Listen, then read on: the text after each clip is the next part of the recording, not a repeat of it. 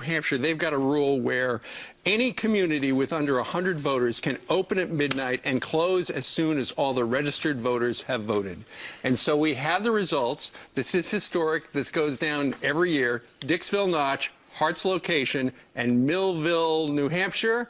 And who wins? Well, take a look at that right there. Or, Ainsley? Donald Trump wins. 64 ballots were cast. 32 of those went to Donald Trump, 25 to Hillary Clinton, 3 to Gary Johnson. Then there were some write-ins. You had 2 for Bernie, 1 for John Kasich, and 1 for Mitt Romney. Right. I don't think that Kasich and Romney will win tonight. I'll go out on a limb there. I know we shouldn't make predictions at this point, but we do want to brag a little bit.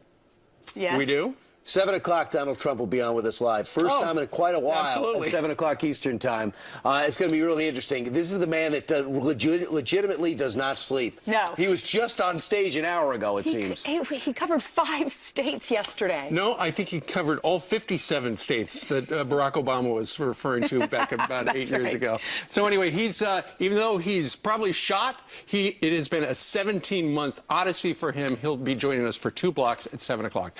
Meantime, both candidates making their final pitches last night to voters well after midnight.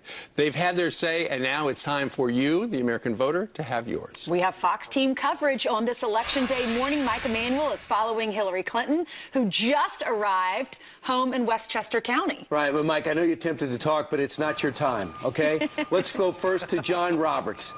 He's at the Trump campaign location live in New York City where a car or a truck is backing up. John, look to your right, quickly.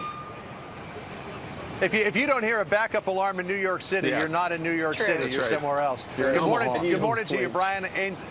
Yeah, exactly. Good morning to you, Brian Ainsley. Steve, right after Donald Trump talks to you, he'll shower, shave, get dressed, have a cup of coffee. Then he'll come down here to PS 59 in Manhattan, where he will cast his vote at 10 o'clock this morning. All the poll workers went in just a short time ago. Polls open at 6 a.m., and they don't close in New York City until 9 p.m. They're really the outcome of what happens here in New York State. Probably won't be much of a surprise. It's gone Democratic as long as I can ever remember. But there are other battleground states out there that may switch back and forth. Donald Trump returned at 3:30 this morning from Grand Rapids, Michigan. After that 5-state swing, he started in Florida, went to North Carolina, then to Pennsylvania, then to Manchester, New Hampshire, finished off in Grand Rapids, Michigan. It's been a blue state since 1992. Last time they voted for a Republican was George H.W. Bush in 1988. But the Trump campaign saw that the race appeared to be tightening up, so they decided to invest in it. They think that Donald Trump's message of bringing auto jobs back to Michigan is something that's resonating very well with workers across the state, much better than Mitt Romney, who in 2012 said, "I don't support the auto bailout." Interesting to point out, too, there's no early voting in Michigan other than absentee balloting. So it's all about getting people out to the polls today. Last night in Grand Rapids, Donald Trump channeling Bill Pullman's character of President Whitmore from Independence Day. Listen to this. Do you want America to be ruled by the corrupt political class? Or do you want America to be ruled by you, the people? That's what it is, by the people. Today is our Independence Day. Today, the American working class is going to strike back, finally. Always better to channel Bill Pullman than Randy Quaid as well. Donald Trump's big problem today could be Hispanic voters. There was a big surge of Hispanic voters in places like Nevada, Florida, and North Carolina. Those states were looking really tight, so he's got to get a lot of people out to the polls today to counter that Hispanic surge. I mean, this thing may come full circle back to last June when Hispanics were outraged over what Trump said when he threw his hat in the race. So we'll see how it goes. Brian, Steve, Ainsley? All right, John, you can see the finish line, and it is soon. Thanks so much. Interesting, though, if you look at the Fox poll, we're not going to talk about polls today, but one thing that was pretty important is he got his highest poll numbers amongst Hispanics, much higher than Mitt Romney got and much higher than John McCain got. Well, if the polls are accurate, it's going to be close. We're going to be following this all day. Hillary Clinton's final act, wrapping up with a 3-state blitz. But do her star-studded surrogates have what it takes to help her fend off Donald Trump? Fox News senior political correspondent Mike Emanuel is live in Chappaqua, where Clinton plans to vote just a couple of hours from right now after she grabs a couple hours sleep. Right, Mike? Steve Ainsley, Brian, you're absolutely right. Election Eve campaigning slipped over into Election Day with Hillary Clinton's plane touching down about 3:40 this morning in nearby White Plains. With President Obama's agenda and his legacy on the line, the Obamas and the Clinton teamed up basically to try and elect our 45th president. The Obamas and the Clintons appeared at a big rally last night in Philadelphia. The First Lady told supporters they believe they have a duty to ensure this country is handed over to a leader all Americans can trust, someone who takes the job seriously and is ready to be commander-in-chief. Mr. Obama tried passing the baton by paying tribute to the Democratic nominee. She doesn't complain. She doesn't buckle. She brushes it off. Like the American people, she is strong and tough.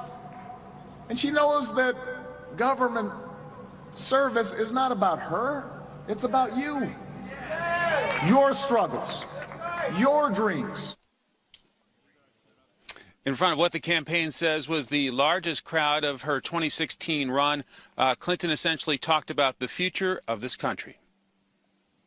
Our core values are being tested in this election. We know enough about my opponent. We know who he is. The real question for us is what kind of country we want to be and what kind of future we want to build for our children. Clinton also got some help from Bruce Springsteen, John Bon Jovi, and Lady Gaga, to name a few in the final stretch there.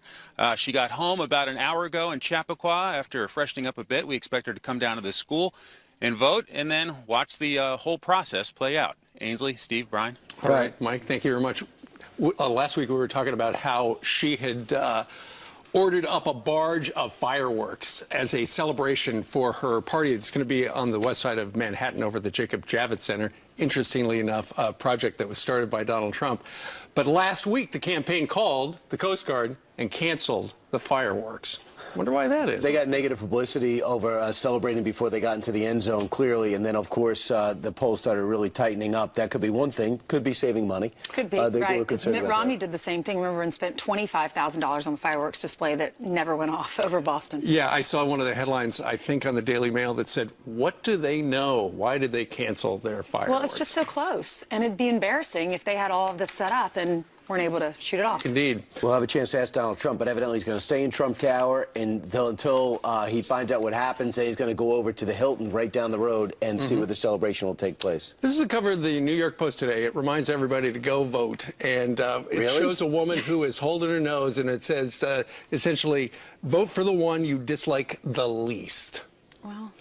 That is when you look at some of the exit polling over the last couple of weeks, the whole thing has been, are you voting for the person you like, or are you voting against somebody? And in most cases, it is where people are voting for just charge your phone, because you might be waiting for like an hour. You definitely need to go vote. And I like what you said yesterday. You have no right to complain about the next 4 years if you don't go vote.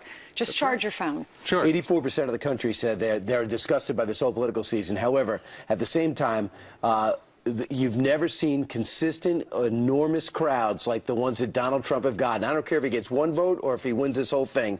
No one has seen what he has put together in terms of live events that were put together within hours, and people just flood to that location. There's just a wave. People really like him, and they like the anti-establishment message. They want change in Washington. And so what you're looking at right there, folks, is essentially the choice. These are the candidates last night. At the 11th hour, you've got Hillary Clinton with Barack Obama, who, you know, according to the Ed Klein books, they do not like each other. And yet, you know, politics makes strange bedfellows. And he's there to try to preserve his legacy. And screen left, you've got Donald Trump and the entire Trump family. So the choice is yours. Amazing to see that. Or more of the same. Amazing to see that CNN finally found their crowd camera last night when they had those huge crowds in Philadelphia. For 15 months, you could not see the crowd. All of a sudden, Hillary's crowd got visible when John Bon Jovi, Lady Gaga, Bruce Springsteen showed up. Sure. Well, and the WikiLeaks, and we're going to talk a little bit more about CNN later on, but it clearly has been the Clinton News Network. I mean, for years, going back to the 90s, they joked about CNN standing for Clinton News Network. More evidence that they were in the tank for Hillary. Coming up. We'll talk about that later. All right, so It is Election Day. Wake up. Donald Trump's path is clear.